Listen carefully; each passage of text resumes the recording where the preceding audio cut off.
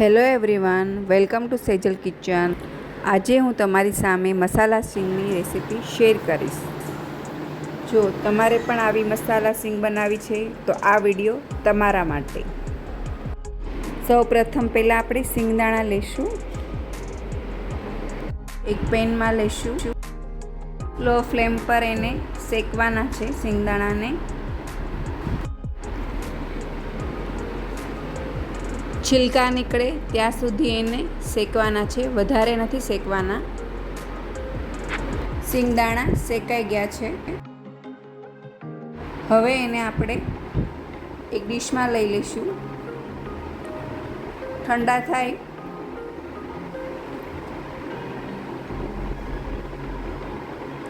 એક કપડામાં પાથરીને તેના ઉપર પથ્થરથી ગોળ ગોળ ફેરવી લઈશું. તો આનાથી છિલકા જલ્દી નીકળી જાય છે અને સિંગદાણાના પણ ભાગ થઈ જાય છે બે. જોયું ફ્રેન્ડ્સ, જલ્દી આપણા છિલકા નીકળી ગયા છે સિંગના. હવે એક જારામાં આપણે સિંગ લઈશું અને એને રાઉન્ડ રાઉન્ડ આવી રીતના હાથથી ફેરવશું તો બધા છિલકા સિંગદાણામાંથી નીકળી જશે. આજુબાજુ ઉડશે પણ નહીં અને સરળતાથી સિંગદાણાના છિલકા નીકળી જશે.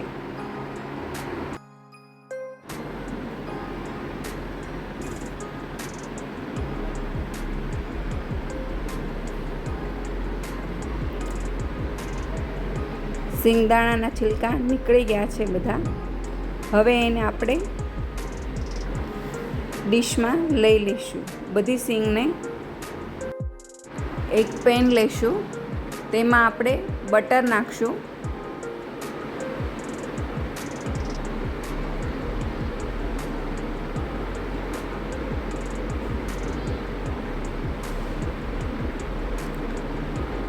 બટર મેલ્ટ થાય પછી એમાં આપણે જે શેકેલા શિંગદાણા લીધા છે એ એડ કરશું. સરખી રીતે મિક્સ કરીને જ્યાં સુધી કડક ન થાય ત્યાં સુધી તેને શેકી લેવાના.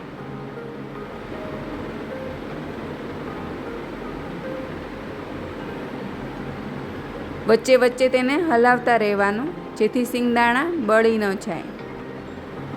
ક્રિસ્પી ન થાય ત્યાં સુધી એને શેકવાના.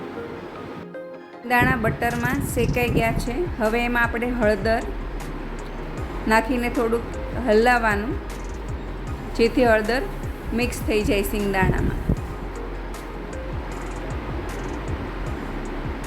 પછી તેમાં મીઠું સ્વાદ પ્રમાણે નાખીને મિક્સ કરી દેવાનું. બધું બેઉ સરખી રીતે હલાવી લેવાનું. તેમાં થોડીક હિંગ નાખવાની. હિંગ નાખવાથી ટેસ્ટ સારો આવે છે.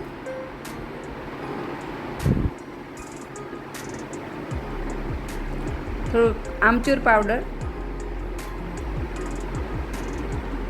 ચાટ મસાલો, ધાણા જીરું પાવડર, સંચળ પાવડર, લાલ મરચું પાવડર,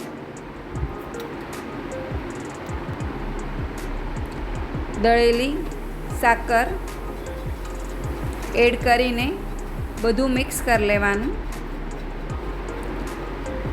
3 થી 4 મિનિટ એને સાતળી લેવાનું જેથી મસાલો બધો મિક્સ થઈ જાય.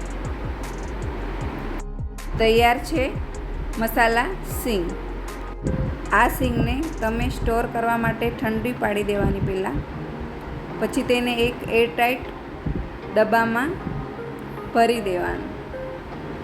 તો તમારી આ સિંગ લાંબા સમય સુધી આવીને આવી જ રહેશે, ફ્રેશ. આનો યુઝ તમે દાબેલી, ચેવડો અને આમનામ બી તમે ખાઈ શકો. તો તૈયાર છે મસાલા સિંગ. તો તમને મારી રેસીપી તમને કેવી લાગી જરૂરથી કોમેન્ટ કરજો, લાઈક શેર કરજો, સબસ્ક્રાઈબ કરજો ચેનલને જેથી આવનાર વિડીયો તમારા સુધી જલ્દી પહોંચી જાય. Thank you everyone.